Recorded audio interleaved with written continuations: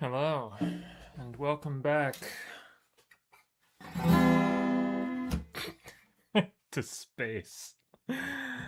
I'm so tired. Okay, escape velocity. Alright, today on space, we're gonna go do some more Polaris things. And get on our way to a Kestrel. We're still on our way. I'm so tired. You can probably tell. Let's put this down. Alright. Entertainment tonight. Boys and girls, ladies and gentlemen. Where the hell are we? Okay. Both of these missions are nonsense. Okay, right. What was our actual thing that we were doing? I forget. Wow, I don't remember. I don't remember what the hell we were doing. Well, it ain't here. Let's go there. It might be one of those where, like, you gotta go somewhere and then time passes. Because that happens sometimes. Bar, Versailles. No. Var Pised. I'm feeling a little bit pissed. Now with the tunneling organ, they have done this. Okay. So this is the good tunneling organ. Okay. So it's an even better tunnel organ. Now we can really tunnel the organ tunnel. Ew. Gross. Shut up, Emily. Hey. As you step off your ship, you catch a glimpse of deep auburn hair out of the corner of your eye, and you turn to see Miranda step into the bar. I'm not even in the bar. As if she could somehow sense you looking, her eyes turn to meet yours, and she makes her way over with a smile. I'm glad I caught you, she exclaims, waggling her finger at you in mock anger. Otherwise, I would have had to chase you all over the place to chat with you. The council has decided, she informs you more seriously, that they will send an envoy to meet these rebels, as they call themselves, as in recent years the Federation behavior has become increasingly disturbing. If nothing else, we might be able to learn a few places to go to find out more about what is actually going on inside the Federation hierarchy. And there are no prizes for guessing who's the new ambassador, she continues, waving her finger at you again. Unfortunately, this ambassador needs a lift, and she was wondering if you would be kind enough to offer her one. Yeah, getting my ride. Oh, thank you, she gushes with a sincere smile. If you had said no, I would have been forced to try to get another pilot who had never been there before to try to help me out, and that would have turned into a very long trip.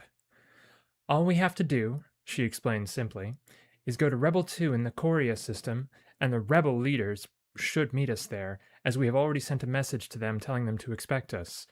From there, the plan gets a little more vague, she chuckles slightly, since we know nothing about them, and we will have to play it by ear a little to see what we can find out. Anyway, that's quite enough talk, she decides firmly. When do we leave? Right now, baby. Right now. Water. Emily needs water.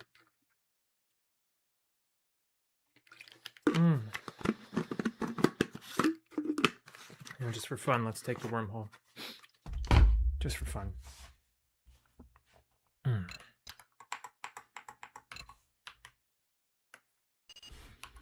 I'm going to practice one-handed nav.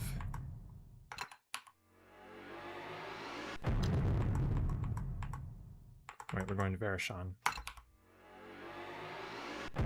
Okay, good. Now to the Verashan wormhole. Tum-ti-tum.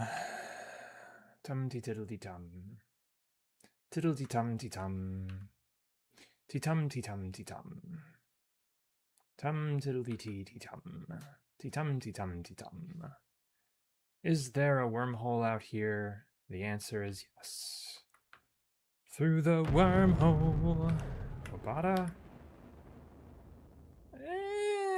No. That seems like a bad place. Chert. No. Still Obata. Where the hell is Chert? Chert is worse. Into. Into is far worse. Enlightenment is also worse. Hotanius is not great. Into. Where the hell is Enlightenment?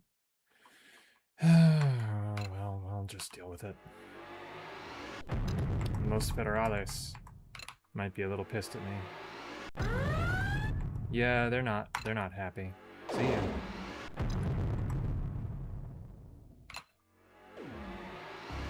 Pardon. Excusez-moi. Oh shit. Fortunately, I don't have any company. Any second now. This is why we have a solar panel. We do have a solar panel, right? Extras. X. Nope, there is no.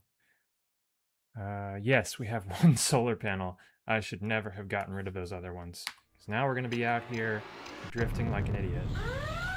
Oh, good.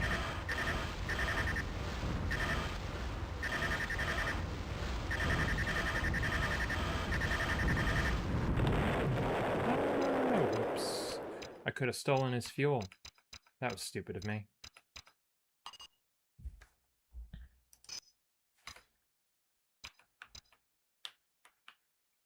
Alright. Screw you. Man. Hi. Assistance.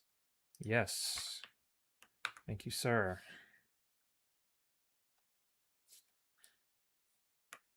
Because I foolishly did not fuel up.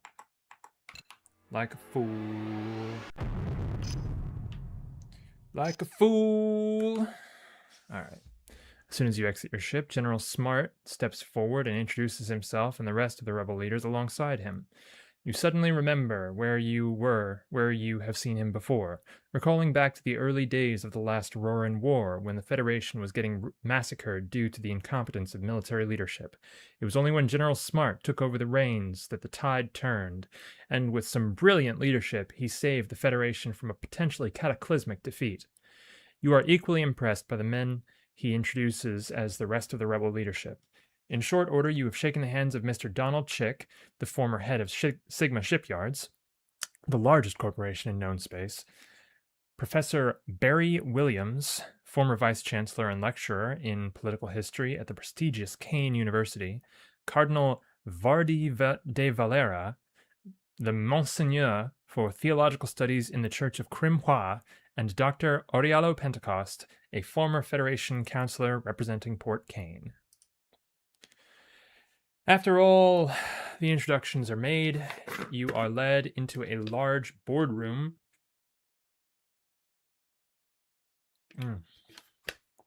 with a table surrounded by 8 chairs. In one of them sits a man operating a small computer terminal. He introduces himself as Jeff Daniels, which is such a silly name, and explains that it is his job to make a recording of the meeting. After talking for several minutes, Miranda comes straight out and asks the rebel leaders what they are rebelling against and why. We are upset to the point of rebellion at the actions of the Bureau of Internal Investigation, explains Dr. Pentecost. Such a name.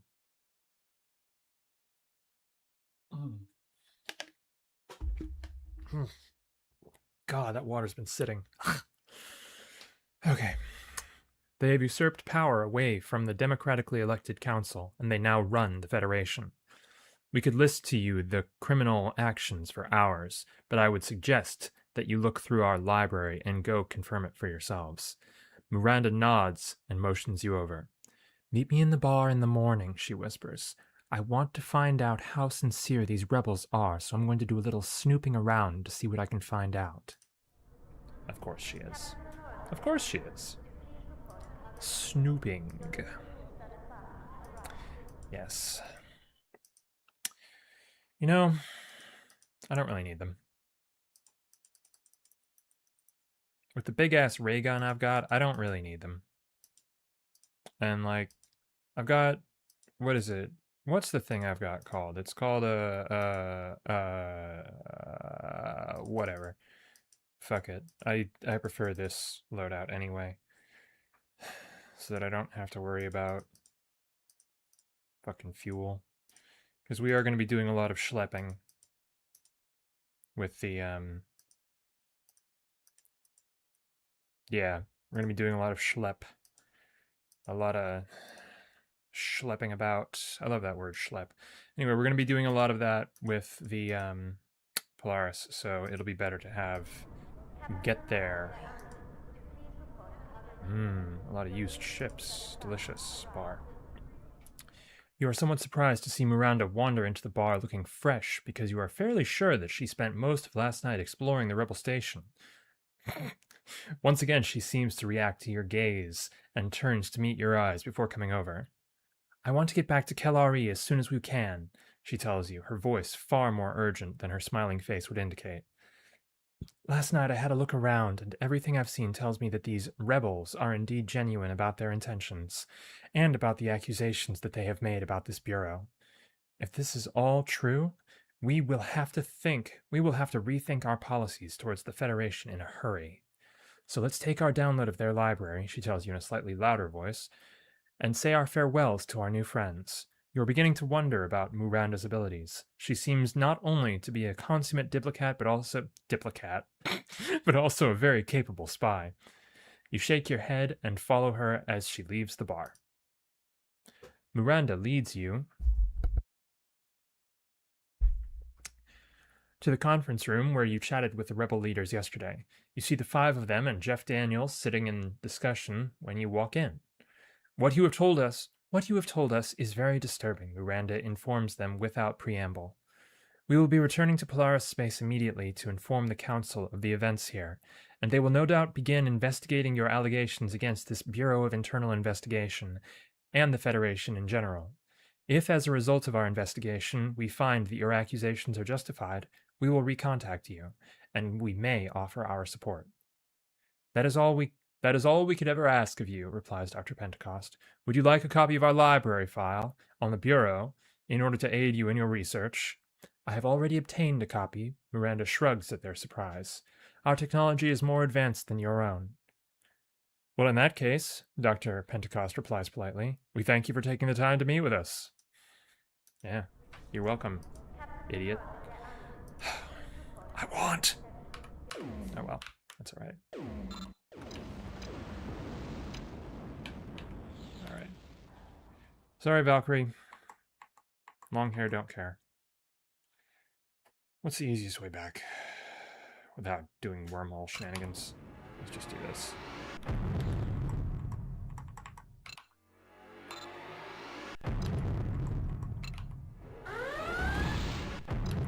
Pardon me, sir.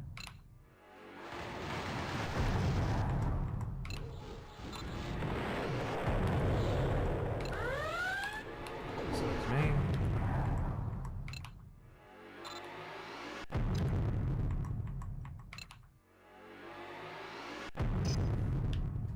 Let's fuel up. Still can't buy anything more interesting than this.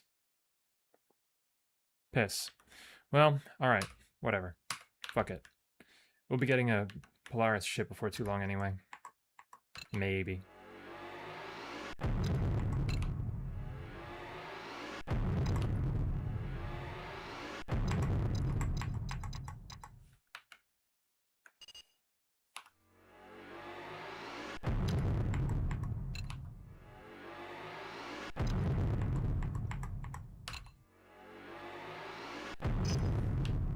Kelari. You are met by Bissandrea and the leaders of the 4 other castes. Are they a danger? Asks Ioso, without preamble, in the musical Polaris tongue, which you are starting to get used to. I don't believe so, Miranda replies in a slightly deferential tone. But they may have revealed something to us. They may have revealed to us something that is. There you go. And just what is this other hazard? And just what is this other hazard? Asks Bisandrea after looking at the leader of the warrior caste in rebuke for his lack of protocol in speaking first. He looks slightly chastened. The Federation, Miranda answers in the same deferential tone, or more specifically, the Bureau of Internal Investigation, which, according to the rebels, have taken over executive power within the Federation. In fact, they told us in no uncertain terms that they are not rebelling against the Federation, but against this Bureau specifically. And you believe them? Asks Bisandrea with slightly narrowed eyes. Miranda nods. I will have to call an emergency session of the Council, Bisandrea continues thoughtfully. All caste leaders will be asked to attend, and I would suggest that you all make every effort to do so, as we will be deciding on policies which may well affect the Polaris society for many centuries to come. And of course, she continues after turning to face you, once again we have to thank you for your role in this affair. You seem to be proving your worth as a friend to the Polaris people with an almost monotonous regularity. It would seem almost that you are somehow always the one who manages to be there when we have need of somebody outside of our normal patterns of knowledge. At this, the three caste leaders jerk their heads slightly in surprise, but both Miranda and Ioso nod their heads, scrutinizing you thoughtfully.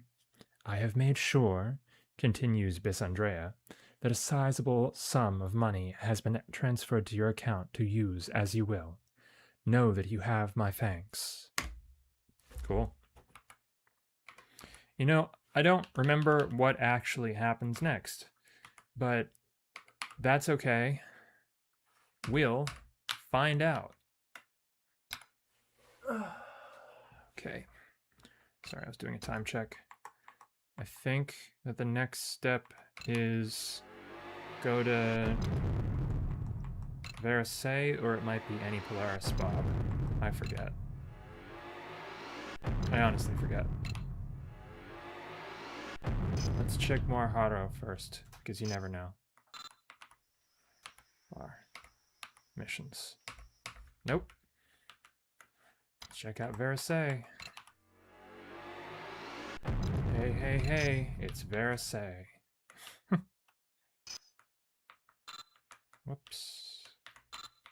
There we go. Bar. No. No. Shit. Okay. Crap. Maybe it is just any spob. Sorry. There it is. Okay. Let's go to Par Aid, because I remember there being a point at which you have to do that, and me not knowing what the hell I'm doing is not making for terribly good watching, so I'm sorry. That's okay. One thing I really like about Polaris Space is that it's laid out very, very well. It's extremely helpful.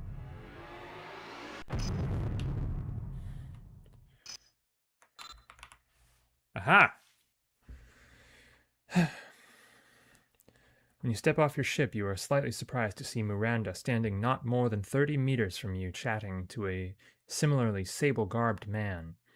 You again get that eerie feeling that when both Miranda and her fellow Muhari turn to meet your gaze as if they can somehow sense your eyes on them. Miranda grins and makes her way over. How's everything going? She asks cheerfully. You mutter something non-committal, to which she laughs before turning back to her companion. I've never met anyone quite so closed-mouthed before. This is Mu Evelyn, she continues, indicating her fellow Muhari. Mu Evelyn, this is... we'll call you Ory'Hara for now.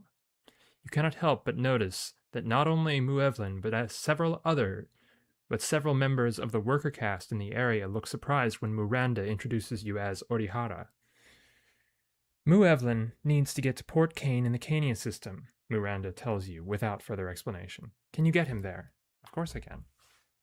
If you haven't already guessed, Miranda explained seriously, we will be sending out feelers in the Federation to see if we can turn up anything on this bureau. The sooner we can get people in place, the better. Miranda starts to get up to leave, but you stop her with one word. Ory'Hara? You ask quietly. Evelyn grins slightly and looks away, but Miranda looks at you for a moment, obviously contemplating something.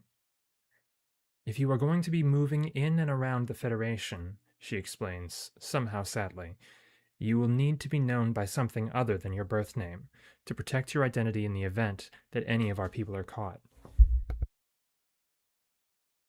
And somehow I think the name will come to fit you better the longer you wear it. As she walks away, you realize that her somewhat cryptic response brought up more questions than it answered. So, when do we go? Asks Evelyn, breaking your train of thought and bringing you back to the present. Good question. I guess we go now, huh? Port Kane? That's kind of far.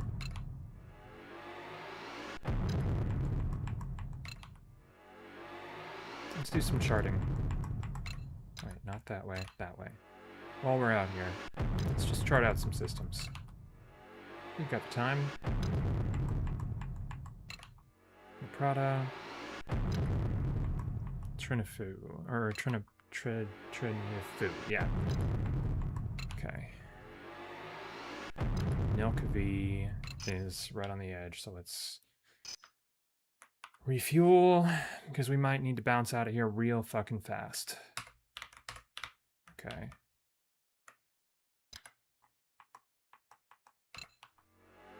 Yeah, they still don't like me in Federation space. They really, really don't. Uh-oh.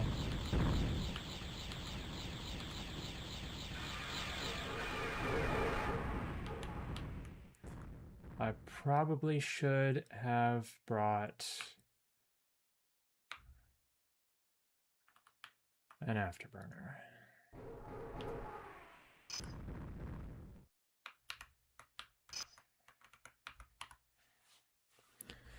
Over the course of the flight, you get to know Evelyn quite well, learning a lot about his life and the Muhari in general.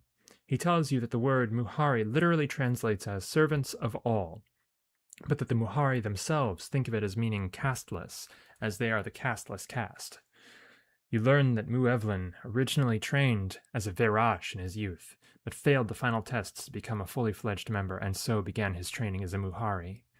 You are very surprised to hear that it took him slightly longer than 5 decades to complete the training to finally become a Muhari, but he tells you that he had to train to be conversant in physics, chemistry, laboring, engineering, biology, medicine, all forms of trade, mathematics, soldiery, mechanics, police work, intelligence and counterintelligence, law, diplomacy, and all forms of combat. You begin to realize why. But no Muhari ever goes on to master any particular discipline. Oddly enough, the Muhari serve as judges over the Polaris, so that disagreements cannot get out of hand, as they did at the start of the Polaris Civil War several centuries ago. It surprises you to hear someone speak so sadly of having to stand in judgment over their peers. It seems to you that the Muhari have a deep-seated sense of shame at their shortcomings, and at being placed above other Polarans. Perhaps this, and the fact that any Muhari must give aid to any other Polaris, if asked. In fact, many Muhari spend their lives wandering around Polaris space, helping out whoever they can, was an intentional effort on the part of the people who originally created the Muhari to keep them from ever abusing their position of power within Polaris society. Meet me in the bar in a few hours, Evelyn says, after thanking you for your help in getting him to the Federation. I need to make contact with the other Muhari posted here before I can give you a return message to take back to Ory'Hara, which is a perfect opportunity for us. Buy an afterburner? What? Yeah, there it is. Okay. Shit, so I'll have to sell something. I guess I'll sell one of these. And I guess that's it. Shit. Fine. We will be wanting an afterburner. Unfortunately. Bar. After wandering the station for a few hours, you enter the bar, and after a couple of moments peering around, you spot the jet-black hair and light blue eyes of Mu Evelyn sitting at a table not far from the door, wearing casual Federation-style clothes. Tell Miranda that I have made contact. He tells you, he says after you exchange greetings, and that so far nobody has heard anything detrimental about this bureau, but plenty about these rebels. But we will continue looking into the situation more deeply rather than relying on media reports for our intelligence.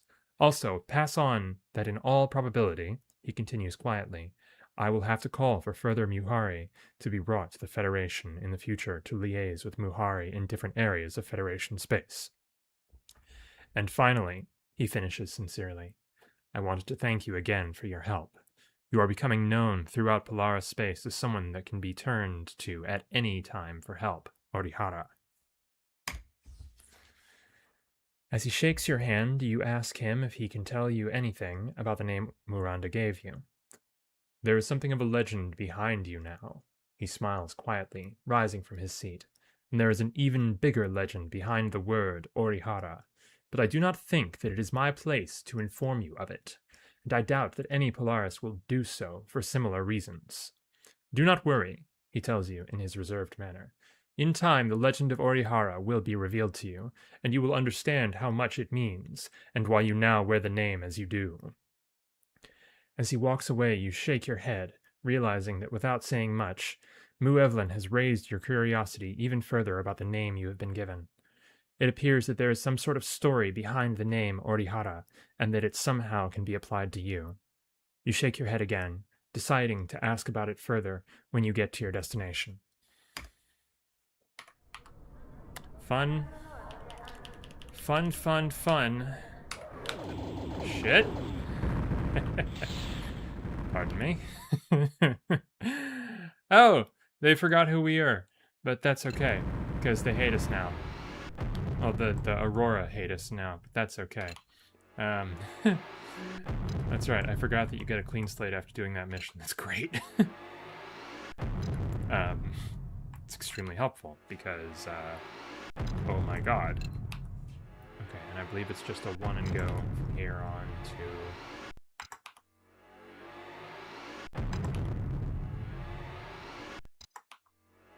Yep. Easy peasy, squeezy pleasy. You step off your vessel to be greeted by a young woman wearing the normal black clothes of a Muhari, but with a gray collar. I am Neela, she introduces herself shyly. You guess that because she does not have the Mu prefix, and the gray collar signifies that she has not yet finished her training to become a full Muhari. Miranda told me to wait for you when she was called away to serve elsewhere. She told me that you would have a message? You look at her for a long moment before passing on the information from Mu Evelyn. I will make sure that Miranda receives this information, Neela tells you seriously. She asked me to pass on her thanks and said that you should check the mission BBSs because if more Muhari need to be taken to Federation space, she will post news of it there. As she walks away, you cannot help but smile at Miranda's absence. You wonder if she somehow arranged to be elsewhere so that she would not have to avoid answering your questions about being called Ory'Hara. Yeah, and we do have questions. Boy, oh boy, do we ever. Let's check out Verise. I think it's about time for a little more spin-off time. Am I remembering that correctly? Bar. No. Outfitter. No, nothing interesting.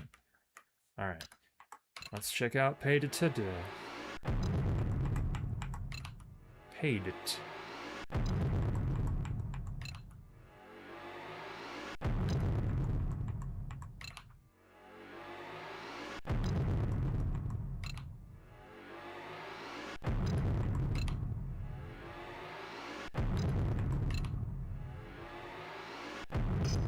Just a little bit of space.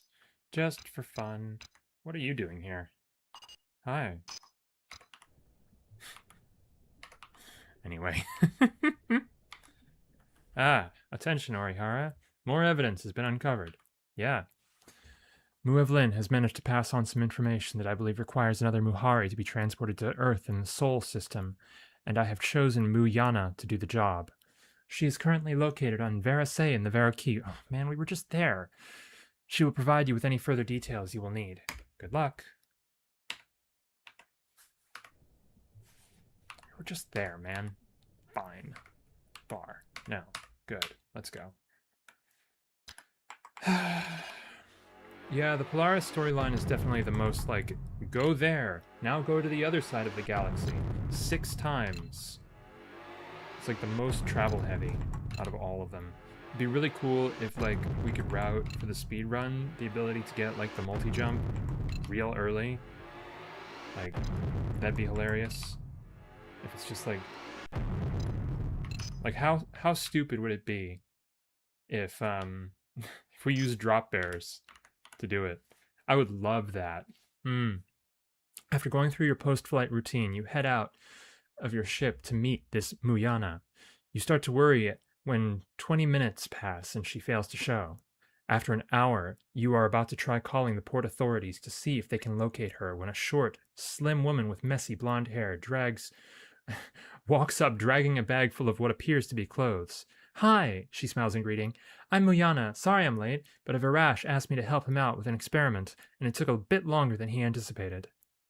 You're about to tell her that she should have told the Varash that she was required elsewhere, but then you remember that no Muhari can refuse help if asked. So, although she was probably agonizing over it, her social conditioning as a Muhari probably prevented her from saying any such thing. Instead, you just smile and wave it away, telling her that it does not matter. After helping her on board, you head back up to the cockpit and start prepping your ship for a long flight. Yup.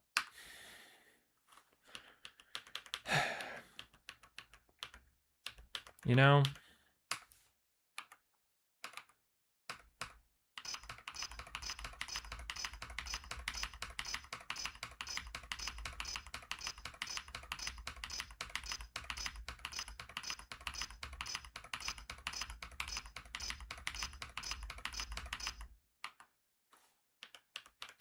I knew it.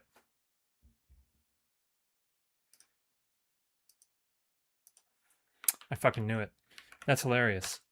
So the only problem with using the multi-jump organ is that you have to click a course out for it.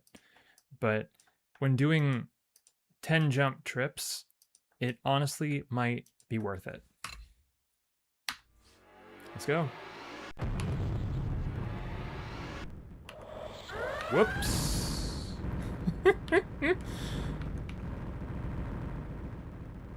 Hello, gentlemen. I don't really want to fight you.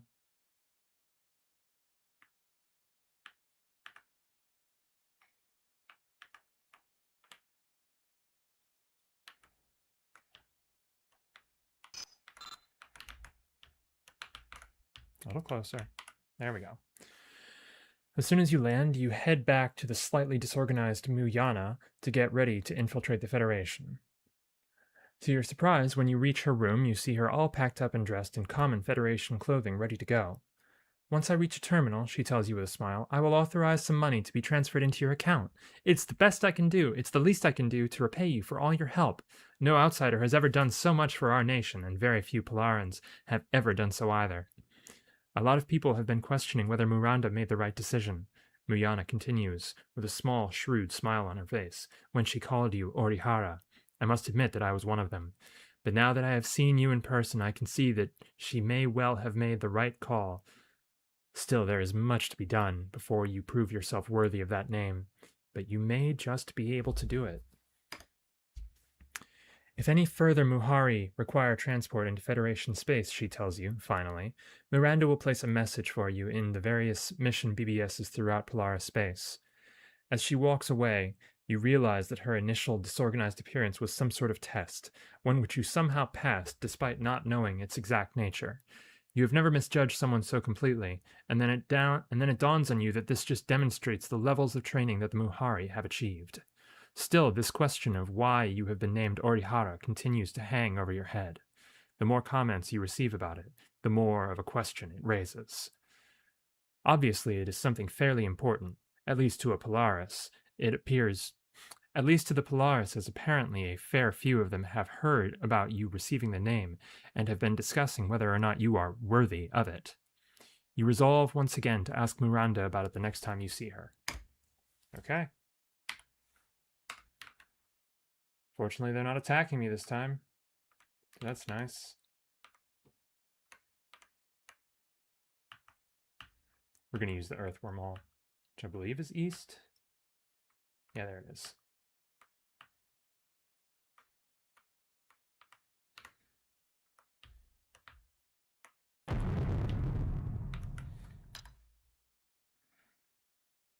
Close enough.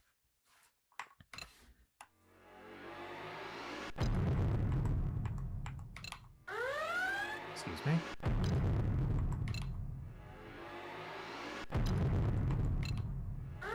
Excuse me. All right. Yes, let's go to Varus Blast. Yeah, they mad. Wraith are mad at me. No good reason to be, but, you know, whatever. All right. We got our organs. Got our... that thing. Bar. Nope. Nothing here. Nothing here for your girl, Emily. Let's go to Kelfala. Kellerfell. Missions. Attention, Oryhara. What a surprise! More evidence has been uncovered by Muevlin and his team. Unfortunately, it requires another Muhari to be sent to a different part of the Federation to follow it up. Muevlin has managed to pass on some information that I believe requires another Muhari to be transported to New Babylon in the Nezra Prime system to follow it up, and I have chosen Dren to do the job. He is currently located on the Traer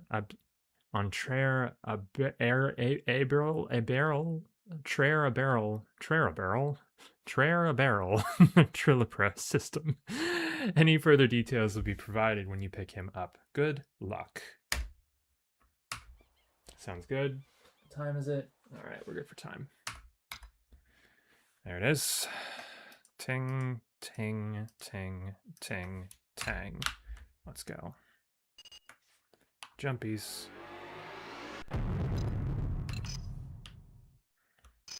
Barrel. Okay. As soon as you open up your hatch, you are greeted by an intense-looking gentleman with inky black hair and incisive, ice-gray eyes. He steps forward and shakes your hand. I have heard a lot about you, Ory'Hara, he begins with a kind of intense casualness. All of it good. Thus far, Miranda's naming of you has been proved right. You look at him for a moment to gauge his temperament before asking if he can enlighten you about the importance of this Ory'Hara business. He looks at you for several seconds before replying. No, I don't think I can, he tells you quietly.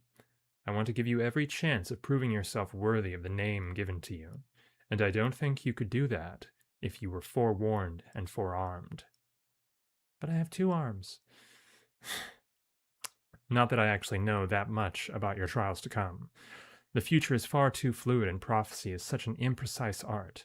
Not even the Velos ever mastered it completely. In the meantime, he asks, changing the subject, when do we leave? Good-looking guy.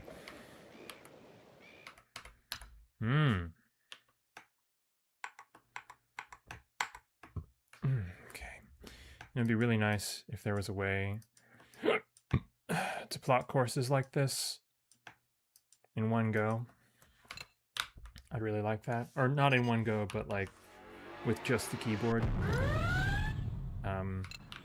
Whoops. Sir? God, he's fast. Leave me alone.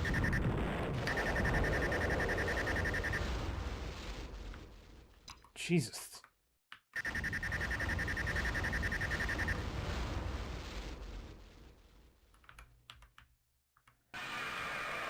Leave me alone.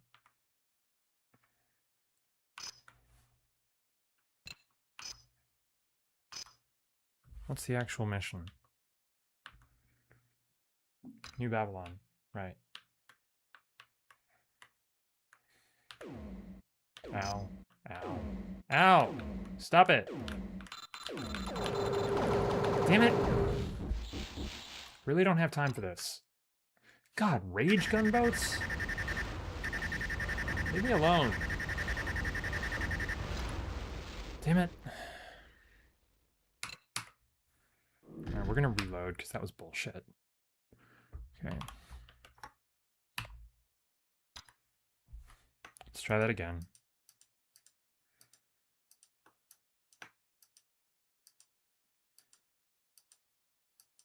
This time we have to not do any fighting. Can I go to this station? Get a cloaking device? No. No, I can't. This is what the cloaking device is for. Honestly, this is what it's for. Pardon me, gentlemen. Alright. So instead of fighting...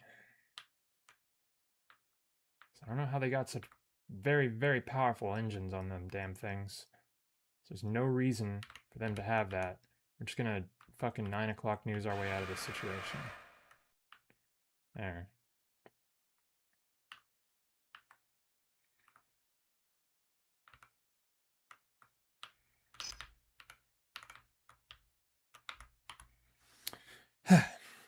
On your long journey to New Babylon, you get plenty of chances to talk to Mudren. You learn that he is one of the oldest serving Muhari alive at 185 years of age, and that he has been a full Muhari for over a century. He tells you a lot about some of the things he has done in his lifetime. You are impressed by the absolute selflessness of his existence, and you tell him so. It is not enough, he tells you, his intense, grey eyes growing sad. My shame is still yet unpaid. You press him a number of times to tell you more about being called Ory'Hara, but each time he gently puts you off.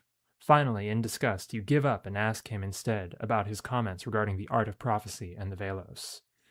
Many Polaris are telepaths. I am one, as is Miranda, he explains quietly, although none of us could ever rival the Velos in power or skill. Some telepaths are actually capable of looking into the future, although it is still misty and a little vague. This is what we call the art of prophecy. Unfortunately, or perhaps fortunately, few telepaths have this ability, he continues explaining, and no Polaris has ever been able to deliberately seek a prophecy, although it is believed that some of the ancient Velos could. However, even the prophecies of those ancient Velos masters were always vague and usually hard to understand, and very little is understood about how the art of prophecy actually works.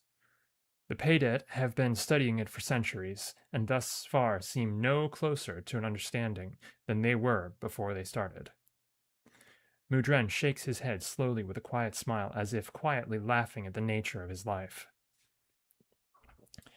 When you finally get to New Babylon, he helps you with your post-flight routine before shaking your hand and saying goodbye. Thank you for your help, he tells you with quiet sincerity. You have become something of an irreplaceable resource with all your skills and expertise. I think you will yet prove worthy of the name Ory'Hara. That's nice of you. I hope you're right. This is getting a little stupid, but yeah.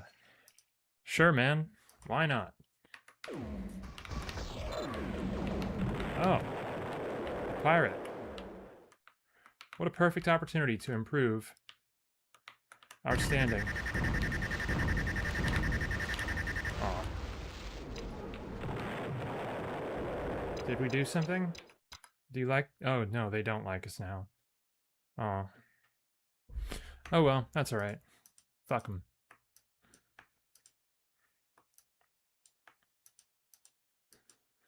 I thought they would like us for killing the piratas. Los piratas? No? Adios. Benapna.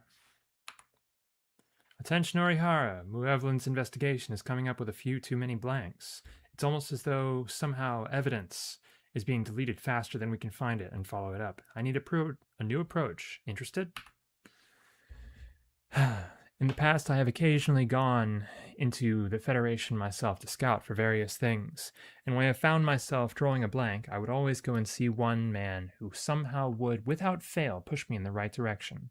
His name is Eamon Flanagan, and he is the leader of the Wild Geese, a mercenary outfit based on New Ireland in the Tuatha system. Very few people are as well traveled. He is called Archandar by the Aurorans and is acknowledged by them as a warrior and master of the Heron style of martial arts, or as knowledgeable about the political state of the Federation. I want you to find him and ask him if he can help us out with any information regarding the Bureau. Chances are he won't tell us anything straight out, but he might suggest a way for us to find out what we want to know. Treat him with the utmost respect, as he is one of the most skilled warriors around. Even the Nilkamoria speak of his deeds with open admiration.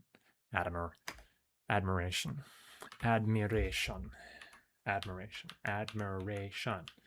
Okay. No. This. Can I land here? Nope. I can't land there. Darn. I want a cloaking device. We're gonna go buy one.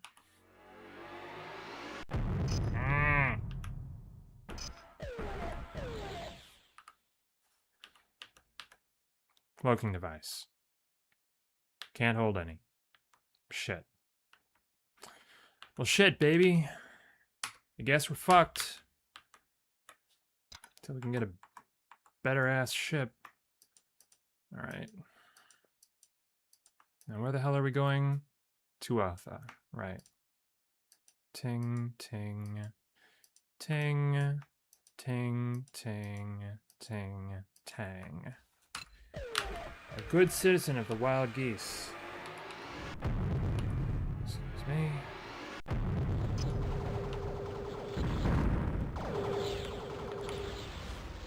As soon as you land, you head straight to the dockmaster's office to ask about where you might find Flanagan. You are surprised to be told detailed instructions on how to find his office without even being asked why. As you head off, you follow the directions given. You cannot help wondering about his such lax security surrounding the leader of a military force. Your questions are answered when you reach his office and enter to see a man wearing the savage tattoos of an Auroran warrior, dealing out a beating to 4 young men in wild geese uniforms on a large, square, padded mat.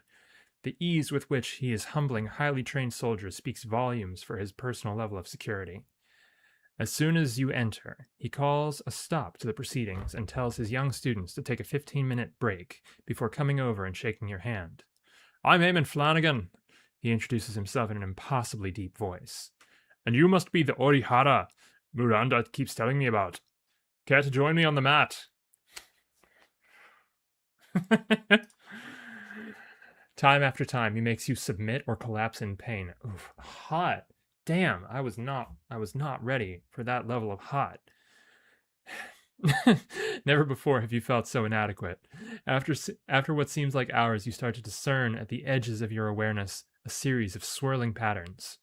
Whenever you concentrate on them, they seem to slip your grasp, but the longer you spar, the more certain that somehow Eamon is deliberately guiding this spiritual pattern to help him maintain his dominance. Not long after you make the realization, Eamon stops. I think you have been named well, he informs you in a slow, thoughtful manner. Nobody has ever become aware of the weave so quickly. I will train with you for the rest of today, he tells you, in a voice loud enough to reach the 4 students that had filed back into the room at some stage while you were sparring. And tomorrow, I will meet you in the bar, and I will try to answer the question Miranda wants you to ask. In the meantime, he switches back into training. I want to show you a few techniques. Now he's going to kick our ass 7 ways to Sunday. Man, I want. Oh well, anyway. When you wake up the following morning, you decide that you have never felt worse in your life. It seems as if every muscle, sinew, and bone in your body is in excruciating pain.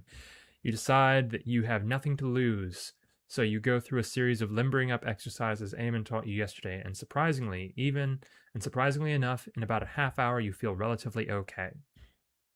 You walk down to the bar, where you recognize Eamon sitting at a dark table at the rear of the bar because of his intense stillness.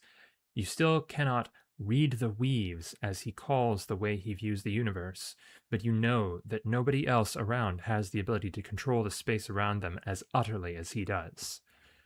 I wasn't expecting you to pick me out quite so easily, he congratulates you as you sit down. The speed with which you have picked up what you have is almost alarming. I have never even heard of someone learning to discern the weave so quickly.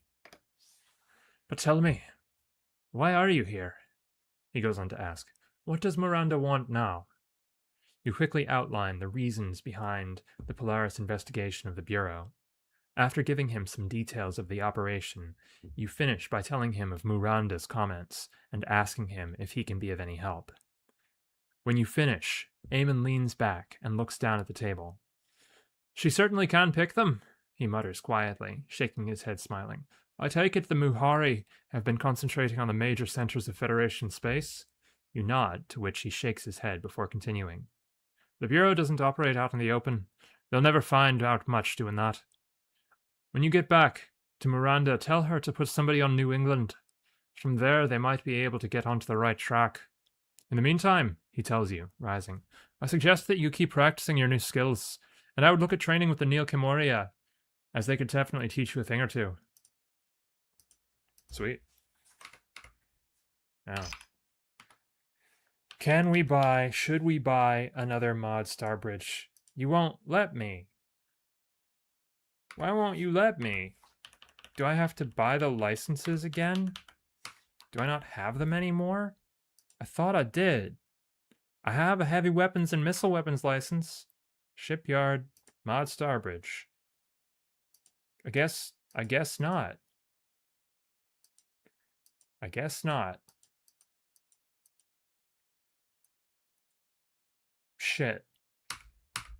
Okay. I guess this is our ship. Too bad, baby. Now we need to get where exactly? I don't remember. That's okay. No. Here, I guess. Eamon's answer to Oryhara. Da. Go. Fuck yeah, multi-jump. Excuse me.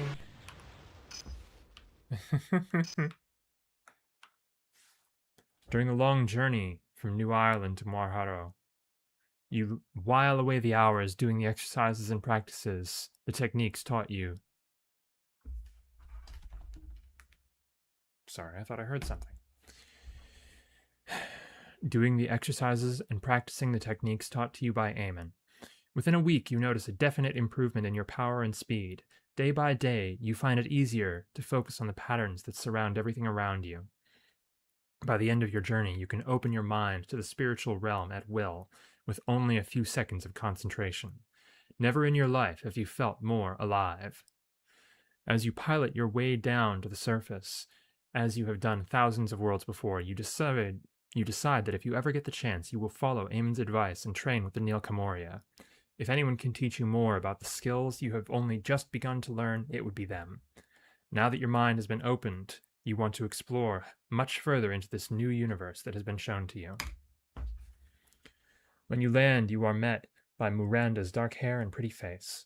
Before you can even begin to ask her about the Oryhara business, she holds up her hand and stops you short. I can't explain right now, she explains in answer to your unspoken questions, which startles you until you remember that Mudren said she was a telepath. I haven't slept for over a month now, and if I didn't need to hear Eamon's answer in person so that I could act upon it immediately, I would be off trying to tie up a dozen or so other loose ends. Now what did he say?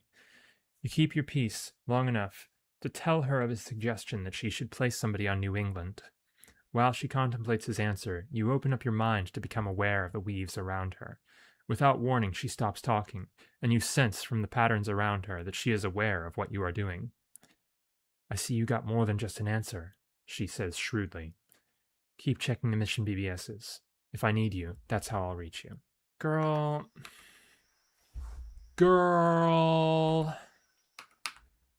Whatever. I kind of want, they're not that good, but it is kind of better than what I've got. What's the max speed of my ship? It's 468, which is still better than a striker. Wait. Yeah, the image broke. That's fun. What does a dragon come with standard? A turreted bio relay and a wraith cannon. 10 jumps. Good, but not great. But it is much more improvable. I should wait until we can buy a better ship than that, like a spider thing. A spider commander. Whatever. I should go to bed soon. Yeah, that's the thing. Complain. Shipyard. Yeah, you won't sell me anything either. This is a Neil Camoria system, right? So you have no missions for me. Because the Neil Camoria don't believe in missions. Don't believe in them. There. That filled out the map a little. Let's go to Treminor.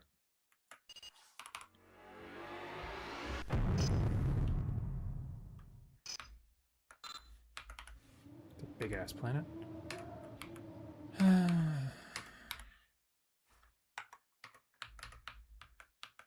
Won't there supposed to be some mission BBS? I want to find the next thread and then I'll stop for the night. Before my husband comes looking for me. So I imagine he's either already gone to sleep or is about to. Bar. No. Missions. There it is. While I am looking over the information given to us by Flanagan, the Neil Camoria have sent word that a number of Auroran ships have been gathering in the Fallen system. Are you prepared to go have a look? Yes. Apparently our long-range scanning has detected a sustained buildup of activity in the Fallen system. And the Neil Camoria, having learned to trust you after your efforts defending the border against the Federation, would like you to land on the Fallen station in that system. They just want you to have a look around. But stay on your toes. The Aurorans are a tough bunch and like to test themselves against us, for they deem us worthy opponents. All right. Whatever you say, baby. Whatever you say. Damn. All right. Wish my ship had a little more space. That's okay. So I'm not about to do the other thing. So let's just go. Whoops.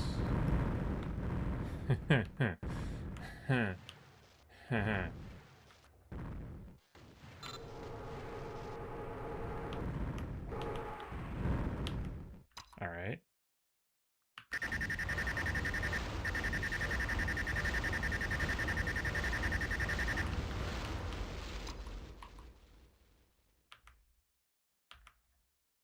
There they are. Let's just zip right past them. Yeah, see you later, guys.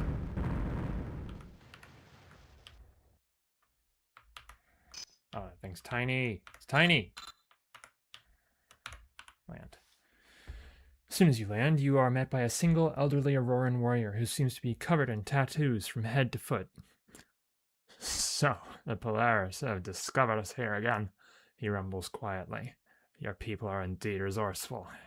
As he talks, a steady and orderly stream of Auroran warriors exit surrounding buildings until you are facing exactly 100 Auroran warriors. Still, the original warrior ruminates slowly.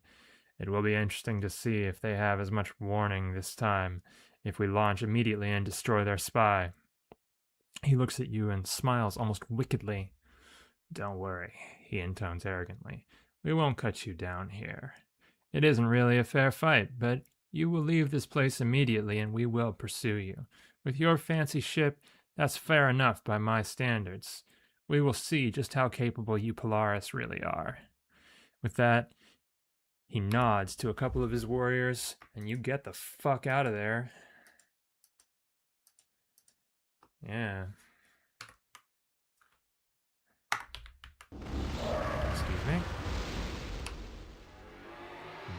Bye. Oh shit. I forgot that they were here. We don't want to be here. We want to be in a Neil Camoria system.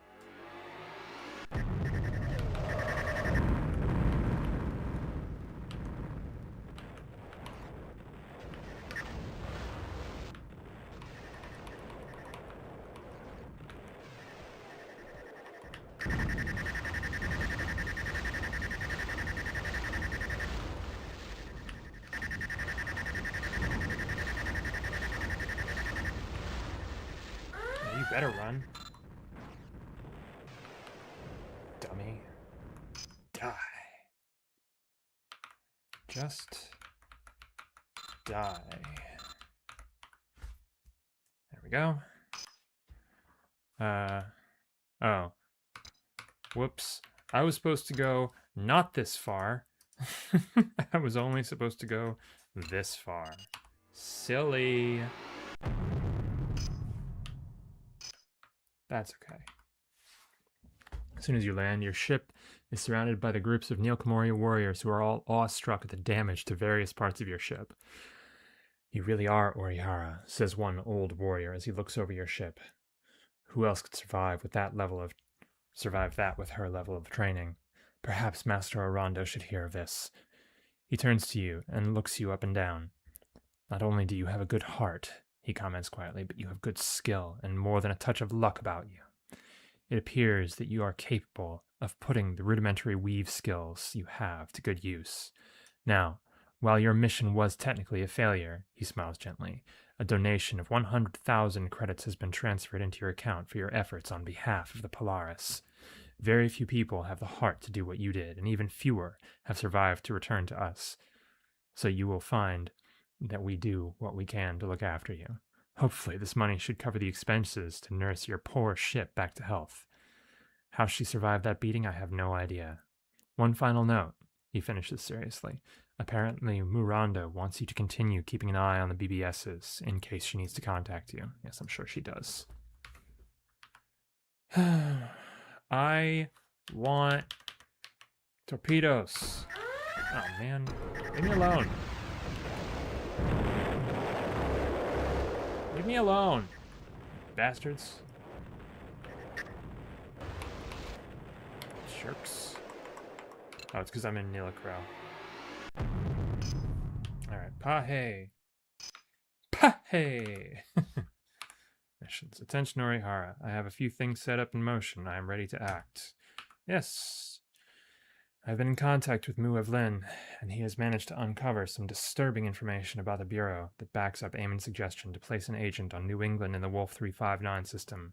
Mu Feren will be waiting for you to pick her up on Trea Row in the Tre Pirana system. If anything comes up between then and now, she will be provided with the details so that she can pass it on to you when you see her. Good luck. Okay. And that's as much as we're doing today, because it's bedtime for your girl Emily.